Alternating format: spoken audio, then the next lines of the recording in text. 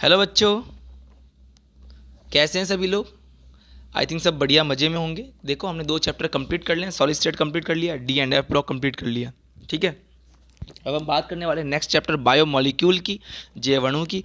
देखो भाई, इसके अंदर सभी जानते हो जितनी भी डेफिनेशन आएगी वो याद करने वाले तो उसको याद कर लेना। हम स्टार्ट करते हैं नंबर 1 क्वेश्चन से। पूछा है कोशिका का रासायनिक संगठन या केमिकल कंपोजिशन क्या होता है। तो देखो हम पूरे चैप्टर में जो जो टॉपिक पढ़ते हैं वो सारे इसके अंदर आ जाते हैं। आपको पता है हमने कार्बोहाइड्रेट पढ़ा, हमने प्रोटीन पढ़ा है, वसा पढ़ा, लिपिड्स पढ़ा है, न्यूक्लिक एसिड्स पढ़े हैं और मिनरल्स पढ़े हैं। समझ में आ गई बात।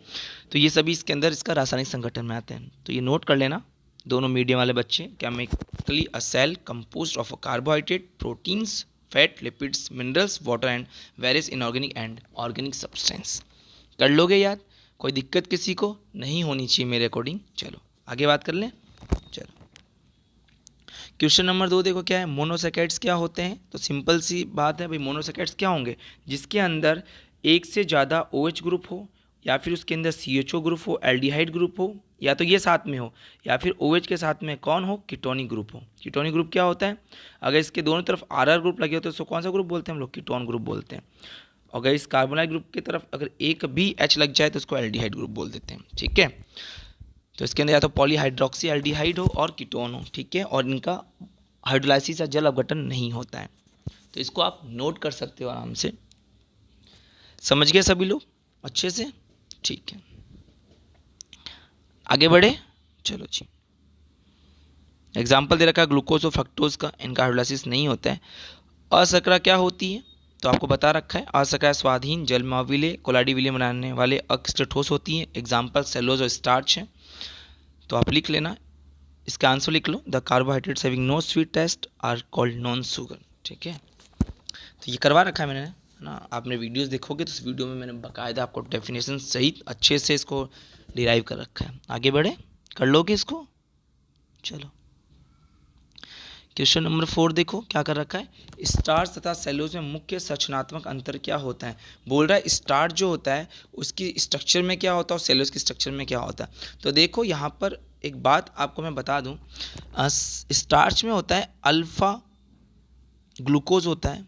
ठीक है, और सेलुलोज में बीटा ग्लूकोज होता है। अब ये अल्फा और बीटा ग्लूकोज कैसे देखते हैं? तो देखो आपको मैंने 2 स्ट्रक्चर बताई थी, याद करो। हावर्थ स्ट्रक्चर कुछ ऐसे बनाई थी आप लोगों ने, अगर आपको याद हो तो, इस तरीके से। ठीक है, दूसरी मैं एक और बना लेता हूँ, ये बनाई थी। देखो ये वाला कार्बन क्या कहलाता है? एनोमरी कार्बन कहलाता है। ठीक है, बता रखा है कौन सा कार्बन? एनोमरी कार्बन, एनोमरी कार्बन कहलाता है। ठीक है, तो ई से कर लेना आप इसको, एनोमरी कार्बन कहलाता है। देखो अगर ये OH नीचे है तो कौन सा होता है? ये अल्फा होता है। और ये OH ऊपर होता है तो कौन सा होता है? बीटा होता है। समझ में आ गई बात। तो ये यूनिट किस में होती है? ये वाली यूनिट होती है इसके अंदर सेलुलोज में, और ये यूनिट किस में होती है? स्टार्च में। याद रहेगा। और स्टार्च के 2 टाइप पढ़े थे तुमने, कौन कौन से? एमाइलेज और एमाइलोपैक्टिन। एमाइलेज में कौन सी चलती है? 1,4 चलती है, और एमाइलोपैक्टिन में 1,4 भी चलती है और 1,6 यूनिट भी चलती है। ठीक है, याद रहेगा। चलो चलो, तो ये रहा आंसर, आप नोट कर सकते हो आंसर। स्टार्च और सेलुलोज में स्ट्रक्चर में अल्फा ग्लूकोज होता है स्टार्च में, और सेलुलोज में होता है बीटा ग्लूकोज। स्टार्च में 2 टाइप होते हैं, एमाइलेज और एमाइलोपैक्टिन। लिख लोगे, क्योंकि यहाँ पे देखो जब तुम इंग्लिश मीडियम में जाओगे ना तो 2 टाइप मिलेंगे, एमाइलेज और एमाइलोपैक्टिन। एमाइलेज में कौन सी चलती है? 1,4। ठीक है, और एमाइलोपैक्टिन में 1,4 भी चलती है और 1,6 भी चलती है। ठीक है, यूनिट चलती है, देख लेना वीडियो में, देख लेना, समझ में आ जाएगा। कर लोगे आराम से, कोई दिक्कत नहीं है ना। ठीक है, मैं आंसर बता देता हूँ एक बार इंग्लिश मीडियम वालों को। तो ये पूरा आंसर को नोट करने की जरूरत नहीं है, बस इतना लिख सकते हैं वैसे तो। स्टार्च में अल्फ़ा डी ग्लूकोज होता है, और सेलुलोज में बीटा डी ग्लूकोज होता है। और स्टार्च में 2 टाइप होते हैं, एमाइलेज और एमाइलोपैक्टिन। ठीक है, चलो कर लोगे नोट सभी लोग, बढ़े आगे। चलो आगे बढ़ जाते हैं। क्वेश्चन नंबर 5 देखो, आवश्यक तथा अनावश्यक अम्लों अम्लों को परिभाषित कीजिए। आवश्यक मतलब जो शरीर के लिए, शरीर में अपने आप बन जाते हैं, जो शरीर के लिए यूजफुल होते हैं वो आवश्यक होते हैं, एसेंशियल होते हैं। और नॉन एसेंशियल क्या होते हैं? जो शरीर के लिए आवश्यक नहीं होते हैं। देखो एक बार मैं आवश्यक वाले एक बार आपको उसकी लिस्ट बता देता हूँ, याद कर लेना। एक ट्रिक है याद करने की, टीवी, मिल, पाथ, PATH। समझ में आ गई बात। टी का मतलब यहाँ पर है ट्रिप्टोफैन। क्या है टी का मतलब? ट्रिप्टोफैन। मेरे साथ लिख लेना, ट्रिप्टोफैन। वी का मतलब होता है वैलिन, क्या नाम होता है, वैलिन। इसका होता है मिथियोनिन, क्या नाम होता है, मिथियोनिन, ठीक है, मिथियोनिन याद रहेगा। आई का आइसोल्यूसिन, एल का लूसिन और एल का लाइसिन। तो आइसोल्यूसिन, लूसिन और लाइसिन, आइसोल्यूसिन, लूसिन और लाइसिन।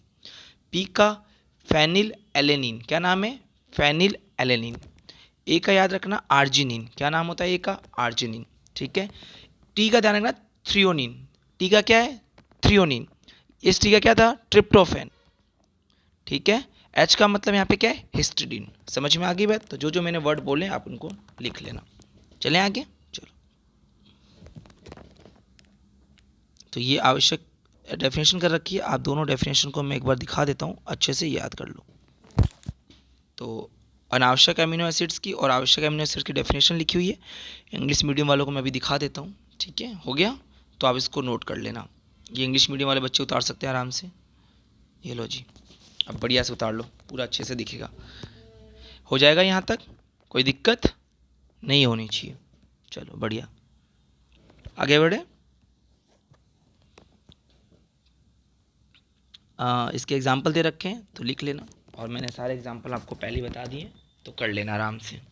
चलो, एंजाइम का वर्क क्या होता है, एंजाइम का फंक्शन क्या होता है, तो जो भी जैव रिएक्शन होती है, जैविक बायोलॉजिकल रिएक्शन होती है, उनको क्या करता है, ये इंक्रीज करता है। समझ में आ गई बात, तो ध्यान रख लेना, इसको नोट कर लेना, याद करने वाली चीज़ है तो इसको याद कर लेना। चलो हो गया, आगे बढ़ जाएं। तो यहाँ तक समझ में आ गया होगा वैसे आप लोगों को, तो इस चीज़ को थोड़ा सा ध्यान रखना। चलो आगे बढ़ते हैं अब अगले क्वेश्चन की तरफ। हार्मोन्स ग्रंथि रस किसे कहते हैं, ठीक है, हार्मोन्स ग्लैंडुलर जूस पूछा है। तो देखो इसको आप याद कर लेना वैसे, क्योंकि डेफिनेशन है, बायो वाले तो इसको पढ़ते हैं, लेकिन आप लोग बहुत कम पढ़ते हो मैथ वाले बच्चे, तो सिर्फ इसकी डेफिनेशन आप याद रखना, ठीक है, कर लोगे इसको याद आराम से, है ना, क्योंकि एग्जाम में पूछा गया इसलिए आप उसको थोड़ा सा याद कर लेना, क्योंकि मैंने नहीं बताया, क्योंकि देखो ये थोड़ी रट्टाफिकेशन चीज़ हो जाती है, याद ही करनी पड़ती है। आगे बढ़ लें हम लोग, ठीक है, कोई दिक्कत नहीं होनी चाहिए किसी को वैसे। चलो देखो, जल में विलेय विटामिन कौन कौन से होते हैं। देखो आप सभी को एक बार मैंने जब पढ़ाया था तो विटामिन के बारे में आपको सब कुछ बता रखा है मैंने। देखो एक बार वापस बताता हूँ, जो विटामिन्स होते हैं 3 टाइप से पढ़ाए थे मैंने आपको, अगर आपको याद हो तो। वाटर, फैट सॉल्युबल, वसा में सॉल्युबल, फैट या वसा में सॉल्युबल, वाटर में सॉल्युबल, और एक ऐसे होते हैं ना तो फैट में सॉल्युबल थे ना ही वाटर में सॉल्युबल थे। कौन था वो, एच था। वाटर सॉल्युबल कौन कौन से होते हैं, विटामिन बी वाले सारे और विटामिन सी वाले। इसमें कौन सा आ जाएंगे, डी के ई, है ना। वैसे कुछ लोग इसको कीड़ा करके याद करते हैं, कीड़ा, तो ये सब कीड़ा याद कर लेना, विटामिन के, ई, डी और ए, ठीक है। तो फैट होते हैं, याद करो ना, तो वाटर में 2 होते हैं, बाकी सारे कैसे होते हैं, फैट और एच दोनों में ही नहीं होता, ठीक है, कर लोगे। चलो क्वेश्चन नंबर 8 फिनिश हो गया है। देखो डीएनए में पाए जाने वाले इन नाइट्रोजनस जो बेस होते हैं उनकी बात कर रहा है। तो देखो मैंने आपको बता रखा है, याद करो, थाइमिन, साइटोसिन, एडेनिन और ग्वानिन था। और जब आरएनए की बात कर लेता है तो उसमें क्या होता है, पढ़ रखा है आपने, उसमें क्या आता है, यूरेसिल आता है। कर लोगे, ठीक है, ठीक है, चलो कर लेना। तो ये सारे एडेनिन, ग्वानिन, साइटोसिन और थाइमिन लिखा हुआ है, आप कर लेना। कर लोगे, आगे बढ़ जाए, ठीक। न्यूक्लिक अम्ल के महत्वपूर्ण कार्य क्या होते हैं, न्यूक्लिक एसिड के क्या काम होते हैं। देखो सिंपल से याद करने वाली चीज़ें, आनुवंशिक गुणों का निर्धारण करते हैं, है ना, जेनेटिक के बारे में, जेनेटिक कटर का निर्धारण करते हैं, बताते हैं, जीवों में जनन, वृद्धि, मरम्मत, विकास आदि कार्यों को नियंत्रित करते हैं, ठीक है। इंग्लिश मीडियम वाले देख लेना। ट्रांसमिशन ऑफ हेरिडिटी करेक्टर्स को बढ़ाते हैं, ठीक है। बायोसिंथेसिस, प्रोटीन को इंक्रीज करते हैं, उसमें हेल्प करते हैं बनने में, तो कर लेना आप ये, ठीक है। ये रटाफिकेशन है, इसको याद कर लेना। देखो तभी मैं क्वेश्चन करवा रहा हूँ कि कुछ बहुत से ऐसे क्वेश्चन है जो हम थ्योरी में नहीं पढ़ाते हैं, क्योंकि देखो रटाफिकेशन होते हैं, है ना, और बहुत कम इंपॉर्टेंस रखते हैं ये लोग, तो उनके क्वेश्चंस पढ़ लो बस कि हाँ यार ऐसे क्वेश्चन आया था, इसका आंसर ये था, कुछ ज़्यादा नहीं है, 3-4 रहेंगे बस, ठीक है। आगे बढ़ें, चलो आगे बढ़ते हैं हम लोग अगले क्वेश्चन की तरफ। कार्बोहाइड्रेट का वर्क पूछ रहा है, what is the function of carbohydrate. तो देखो क्या करता है, बॉडी को एनर्जी देता है। स्टार्च जंतुओं में ग्लाइकोजन वगैरह के रूप में संग्रहित रहता है। पादपों के कंकाल का निर्माण करता है। कार्बोहाइड्रेट कोशिका झिल्ली का निर्माण भी करता है, उदाहरण सेलुलोज है। ठीक है, कर लेना, ये तो समझते हो आप सभी लोग। तो एक बार मैं आंसर दिखा देता हूँ हिंदी मीडियम वाले बच्चों को। ये लो जी, ये आपका आंसर है, इसको नोट कर लेना। फिर मैं इंग्लिश मीडियम वाले बच्चों का आंसर दिखाता हूँ। ये लो, आप भी आंसर को नोट कर लो। Carbohydrate the main source of energy for a living beings. ठीक है, तो इस चीज़ को आप थोड़ा सा याद रख लेना। कर लोगे आराम से, कोई दिक्कत नहीं है किसी को, अच्छे से। चलो आगे बढ़ते हैं। Write and two method for the preparation of glucose. Glucose के प्रिपरेशन की बात कर रहा है। तो देखो ग्लूकोज का प्रिपरेशन मैंने आपको पहले भी पढ़ा रखा है, एक बार मैं फिर से पढ़ा देता हूँ। सुक्रोज होता है, उसका हाइड्रोलाइसिस कराते हो तो ग्लूकोज और फ्रक्टोज मिलता है। ठीक है, देखो ये करवा रखा है, सुक्रोज है, उसका हाइड्रोलाइसिस करा के ग्लूकोज और फ्रक्टोज मिल गया। समझ में आ गई बात। चलो तो कर लेना आप सभी लोग। या फिर स्टार्च होता है। देखो स्टार्च भी तो किससे मिलके बनता है, ग्लूकोज से तो मिलके बनता है। तो ये स्टार्च का फॉर्मूला था, याद करो। पॉलीसैकेराइड्स के फॉर्मूले में ये था, इसका हाइड्रोलाइसिस करा दो क्या मिल जाता है आपको, ग्लूकोज मिल जाता है। समझ में आ गई बात, तो ध्यान रख लेना, दोनों याद रहेगा, सुक्रोज से और स्टार्च के हाइड्रोलाइसिस से मिलता है। ठीक है, आगे बढ़ जाऊँ मैं। चलो तो ये आंसर नोट कर लेना, पहला सुक्रोज से और दूसरा स्टार्च। इंग्लिश वाले नोट कर लेना। ठीक है, देखो इंग्लिश हिंदी मीडियम वाले साथ में नोट कर लेना। हिंदी वालों के लिए मैं बोल देता हूँ, पहला लिख लेना, ग्लूकोज का निर्माण सुक्रोज के द्वारा।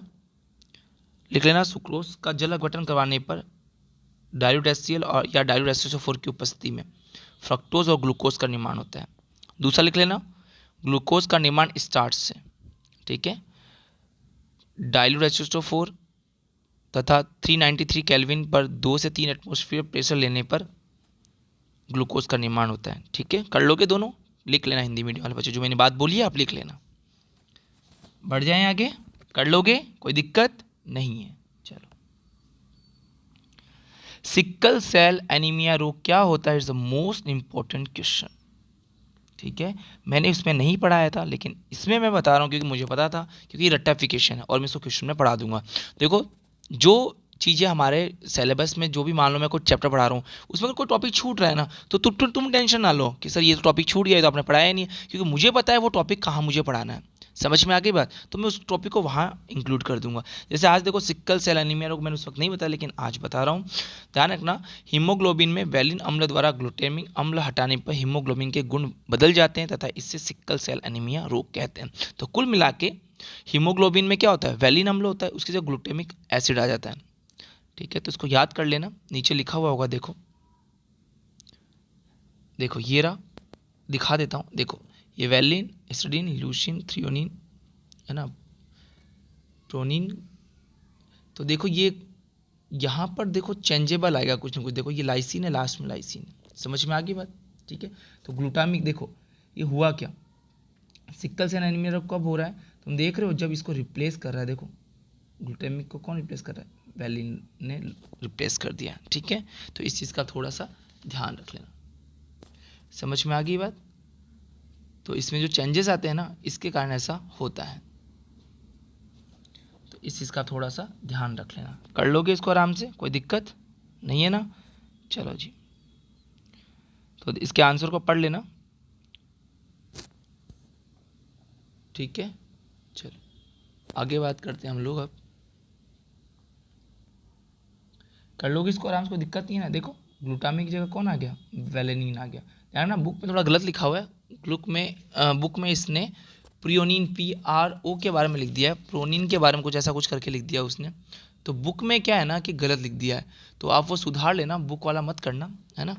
बुक में प्रोलिन वाला कर लिया है, बुक में क्या रहेगा, ग्लूटामिक की जगह PRO लिखा हुआ है इसके यहाँ पे। ठीक है, लेकिन यहाँ पे वैलिन आता है, तो आप ये सुधार लेना, बुक में गलत लिखा हुआ है।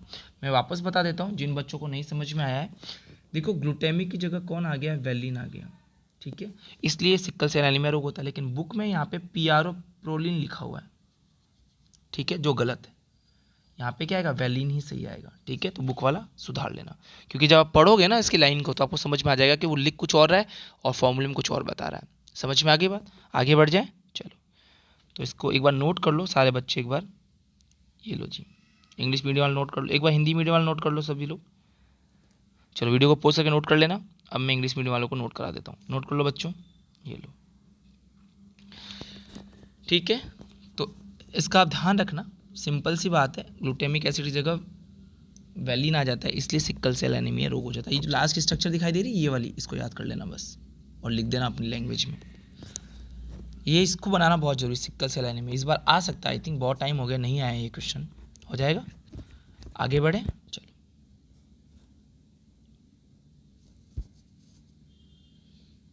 क्वेश्चन नंबर 4 की बात करते हैं। ग्लूकोज का देखो, ये हलिंग नहीं लिखा हुआ है, फैलिंग विलियन विलियन लिखा हुआ है। ये देखो ये गलत लिख दिया यहाँ पे, फैलिंग लिखा हुआ है, ठीक है। कर लोगे, क्या लिखा हुआ है, फैलिंग, ठीक है। चलो क्या कर रहा है, ग्लूकोज की फैलिंग विलियन तरह टॉलन अभिक्रमक से होने वाली अभिक्रिया क्या है। तो देखो सारी रिएक्शन मैंने आपको शायद 9 से 10 रिएक्शन ग्लूकोज की पढ़ाई थी, तो उस रिएक्शन को देख लेना। तो ध्यान रखना, ये दोनों से रिएक्शन करके ग्लूकोनिक एसिड में कन्वर्ट हो जाता है, ठीक है। कर लोगे तो उतार लो इसको। फैलिंग ए क्या होता है, फैलिंग बी क्या होता है, मैंने सब आपको अच्छे से समझा रखा है, ठीक है। तो ये आंसर नोट कर लेना। याद है ना आप सभी को, टॉलिन क्या करता है, सिल्वर टेस्ट देता है, अरे रजत दर्पण, और फैलिंग बी क्या देता है, रेड देता है, रेड पीपीटी देता है वो। तो ये ध्यान रखना, ठीक है। चलो ये देखो रिएक्शन करवा रखी है, तो हिंदी मीडियम हो चाहे इंग्लिश मीडियम, दोनों की रिएक्शन लिखनी है। पहले किसकी है, पहले रिएक्शन करवा रखी है हमने फैलिंग से, ठीक है, नंबर 1। नंबर 2 किससे करवा रखी है हमने, टॉलिन से। तो दोनों रिएक्शन लिखनी जरूरी है। देखो ये क्या कर रखा है, ग्लूटामिक एसिड बन गया, देखो समझ में आ गया क्या बोलते हैं इसको, ग्लूटामिक एसिड। CHO किस में कन्वर्ट हो गया, COH में, ठीक है। चलो यही रिएक्शन उतार लेना, देखो दोनों में रिएक्शन अच्छे समझा रखी है, आप देख लेना वीडियो को, बुक कॉपी में देख लेना। बता रखा है कि ये CHO ग्रुप किस में कन्वर्ट होता है, COOH में। AG किस में जाता है, AG में। यही तो क्या देता है आपको, सिल्वर टेस्ट,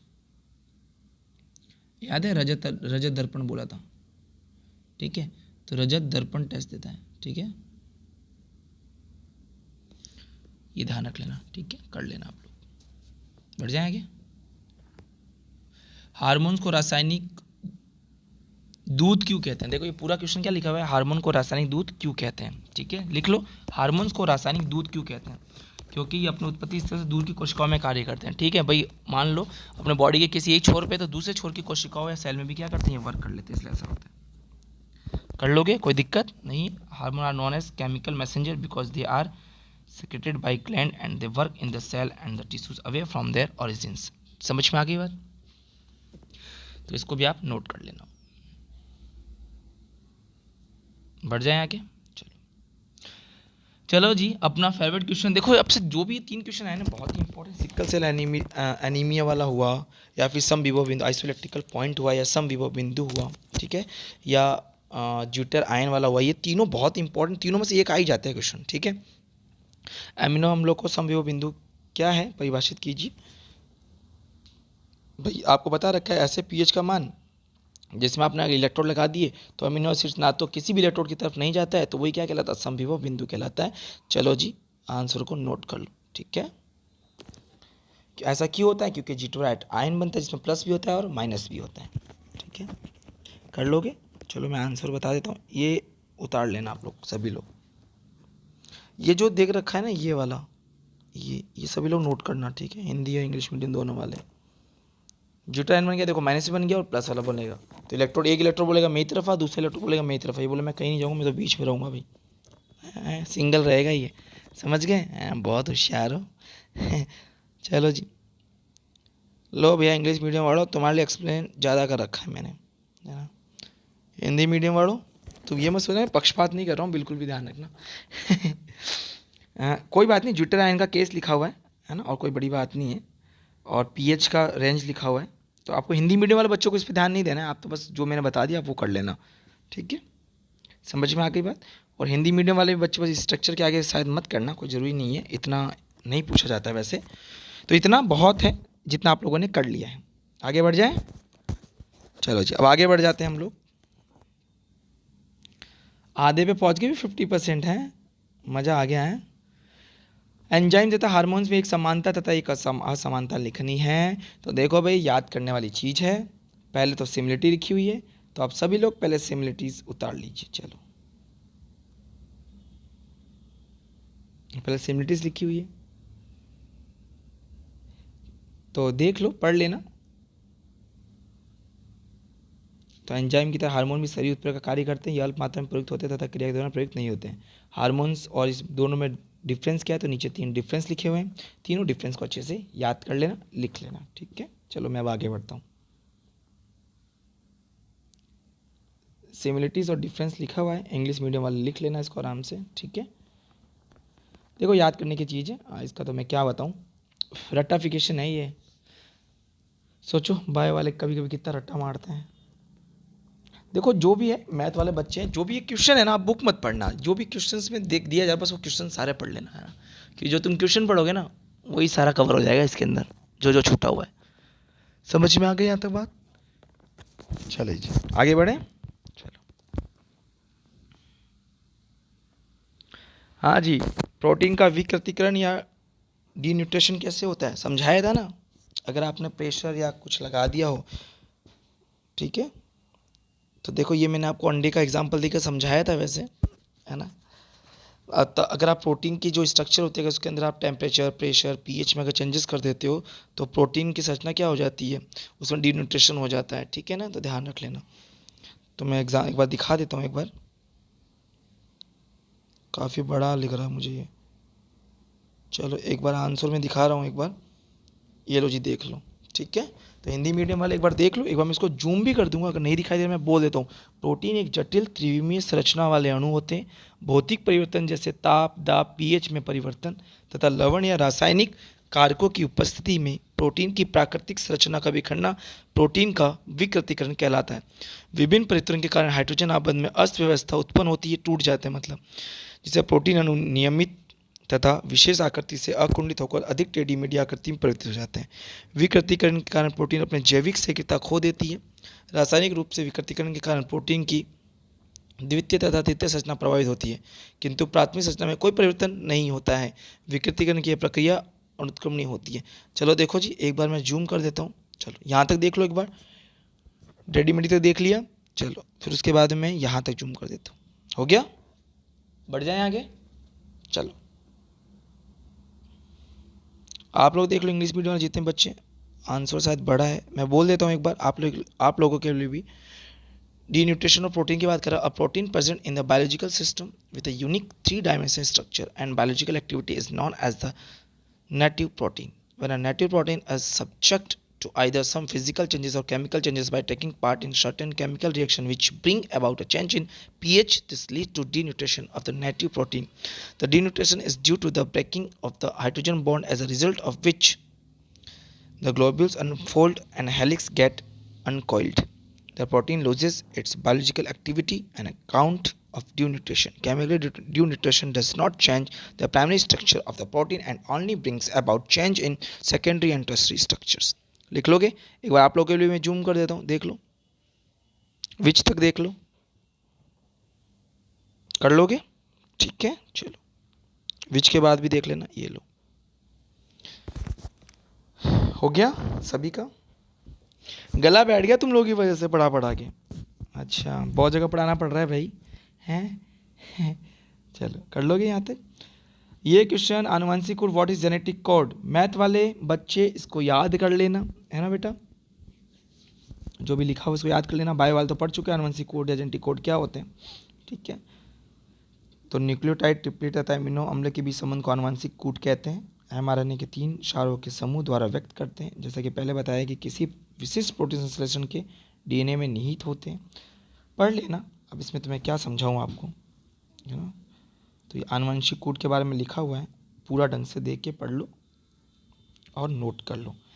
मैथ वाले बच्चे इसको याद कर लेना। ठीक है, यहाँ लिखा हुआ है आंसर। ठीक है, तो जीन्स के बारे में लिखा हुआ है, जीन की डेफिनेशन भी देखो आ चुकी है, याद कर लेना। जेनेटिक कोड की डेफिनेशन भी आ चुकी है। तो यहाँ पे जो इम्पोर्टेंट है वो जीन क्या होते हैं और जेनेटिक कोड्स क्या होते हैं, है ना, याद कर लेना, है ना। कर लोगे, आगे बढ़ जाए। चलो आगे। हो गया। चलो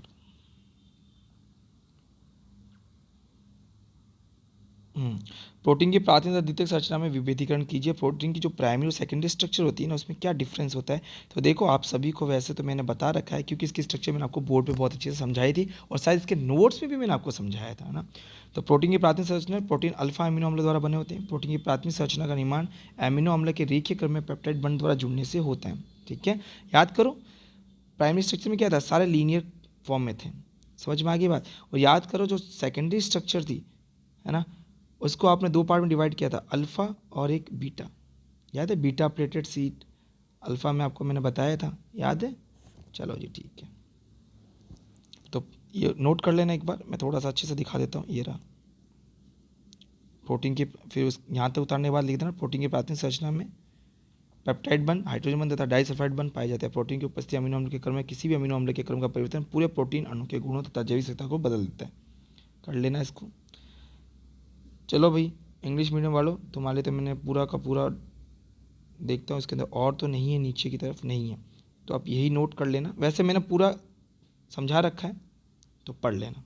ठीक है, प्राइमरी स्ट्रक्चर में क्या होता है, केवल सीक्वेंस बनता है पेप्टाइड बॉन्ड का। सेकेंडरी में क्या होता है, यही हाइड्रोजन बॉन्डिंग वगैरह हो जाती है इनके अंदर। ठीक है, समझ में आया। हाइड्रोजन बॉन्डिंग किसके बीच में, सी डबल बॉन्ड OH और NH ग्रुप के बीच में हो जाती है। कर लेना इसको आराम से। ठीक है, चलो आगे बढ़ते हैं।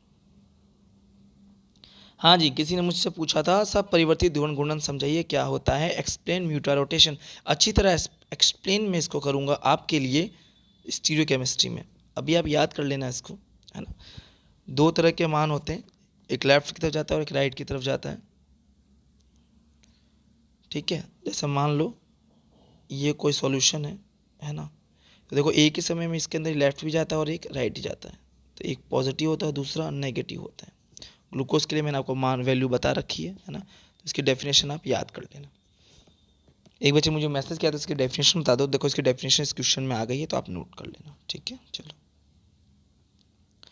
और म्यूटा न्यूट्रिशन की वैल्यू मैंने आपको बताई थी, है ना। अल्फ़ा की बता रखी है ना, और बीटा की भी बता रखी है, और दोनों के बीच की भी बता रखी है।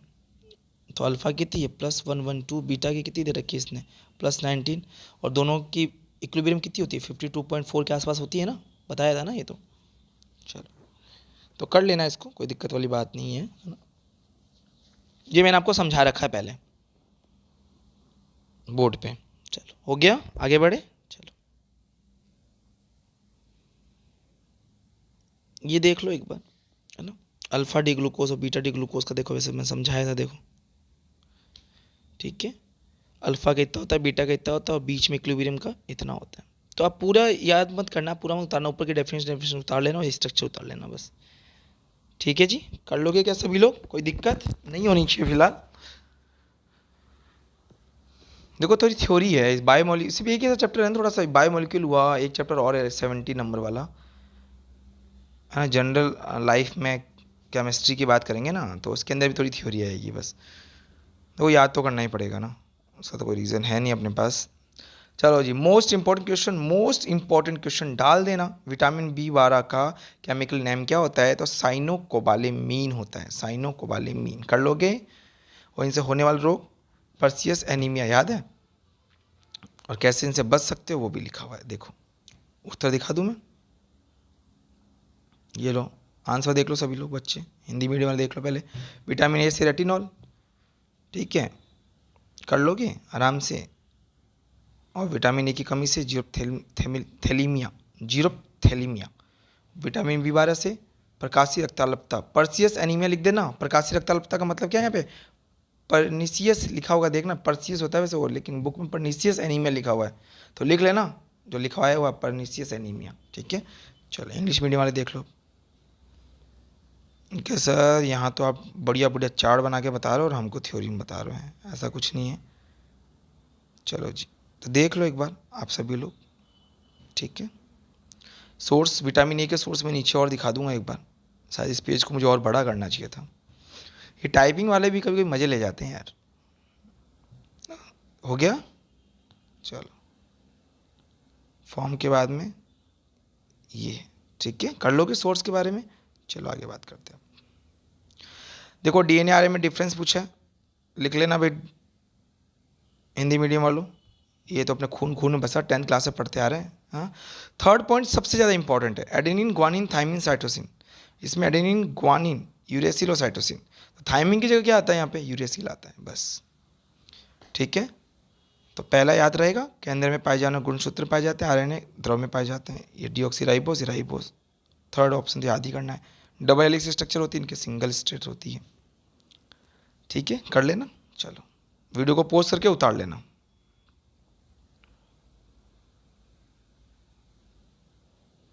चलो पहले दो उतार लो इंग्लिश मीडियम वालों। The pentose sugar present in RNA D ribose, D ribose होता है इसमें, 2 डी डीऑक्सी राइबोस होता है डीएनए में, आरएनए में साइटोसिन पढ़ा रखा, ऊपर ही बढ़ा दिया। ठीक है, इसमें डीएनए में थाइमीन होता है और इसके अंदर यूरेसिल होता है, बस ये ध्यान रखना है। ठीक है, कर लोगे, कोई दिक्कत नहीं है। ये सिंगल स्ट्रेट होता है, ये डबल हेलिक्स स्ट्रक्चर होती है, कर लो नोट, हो जाएगा आराम से, किसी को कोई दिक्कत नहीं है। चलो, ग्लूकोज तथा फ्रक्टोज की हॉवर्थ स्ट्रक्चर लिखनी है। देखो भैया ग्लूकोज की तो ये होती है, ठीक है, ये लो जी, ये होती याद है, OH या तो नीचे या OH ऊपर, आपकी मर्जी है। अगर OH नीचे लगा तो कौन सा आ गया, अल्फा। 1 2 3 वाला OH कहाँ रहता है, ऊपर रहता है, और बाकी H OH H OH H, यहाँ क्या आएगा, CS2OH, और ये क्या आएगा, H। कर लोगे, ये अल्फा हो गई। बीटा कैसे बना दोगे, सारी स्ट्रक्चर वैसे की वैसी बना लेना, ये वाला OH केवल ऊपर आ जाएगा बस, ये बाकी सब कुछ सेम चलेगा। तो ये तो अल्फा हो गया, और ये क्या हो गया, बीटा। ये कौन सा, अल्फा और ये बीटा। कर लोगे क्या, कोई दिक्कत नहीं। ठीक है, बुक में देख लेना, कॉपी में देख लेना, कोई दिक्कत वाली बात नहीं। ठीक है, चलो ये लो जी, बढ़िया सी स्ट्रक्चर, अल्फा डी ग्लूकोज पाइनेज और बीटा डी ग्लूकोज पाइनोज। कर लोगे, देख लो यहाँ पे कर क्या रखा, वही तो बात है जो मैंने अभी बताई थी आपको। देखो तो 1 2 3 कार्बन वाला OH ऊपर, OH ऊपर, सबसे है मैंने, देखो ये OH नीचे गया तो अल्फा, ये OH ऊपर गया तो बीटा। याद है आपने स्ट्रक्चर पढ़ी थी ऐसी, ऊपर क्या था, CHO था, इधर क्या था, OH H, इधर ये OH H, ये OH OH, और ये नीचे CS2OH था। ये स्ट्रक्चर याद आ गई। ठीक है, चलो इसी तरह फ्रक्टोज की देख लो।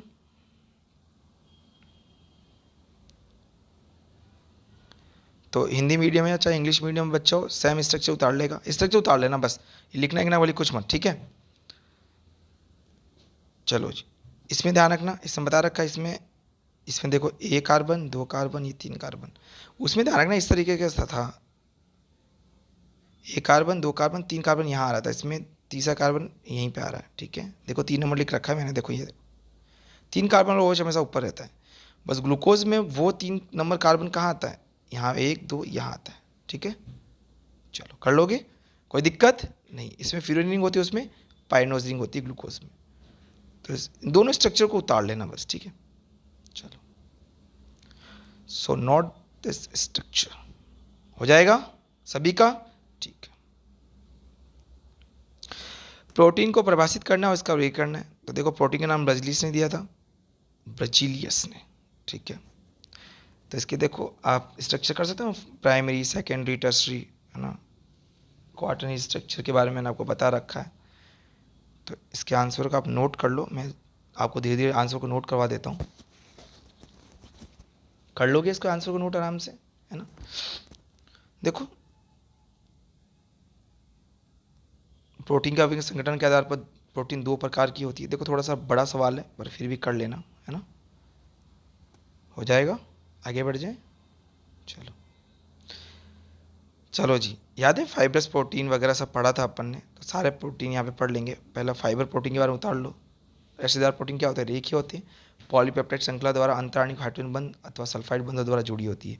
ये लंबी धागे के समान की संरचना होती है, पॉलीपेप्टाइड श्रृंखला समांतर होती है। इनकी संरचना ताप तथा pH मान में परिवर्तन के बाद भी परिवर्तित नहीं होती है। ये जल में अविलय होते हैं। ठीक है, जैसे एग्जाम्पल क्या है, कोलेजन, मायोसिन, क्रिएटिन जो बालों वगैरह में पाए जाते हैं। ठीक है, हो जाएगा, सभी का आराम से कर लेना। ठीक है, चलो रेशेदार प्रोटीन के बाद मैं दिखाता हूँ गोलिकाकार प्रोटीन या ग्लोबुलर प्रोटीन। ठीक है, इसमें हीमोग्लोबिन, इंसुलिन और एल्ब्यूमिन याद कर लेना। ठीक है, तो देखो मैंने आपको ये दोनों समझा दिए, दोनों देख लेना।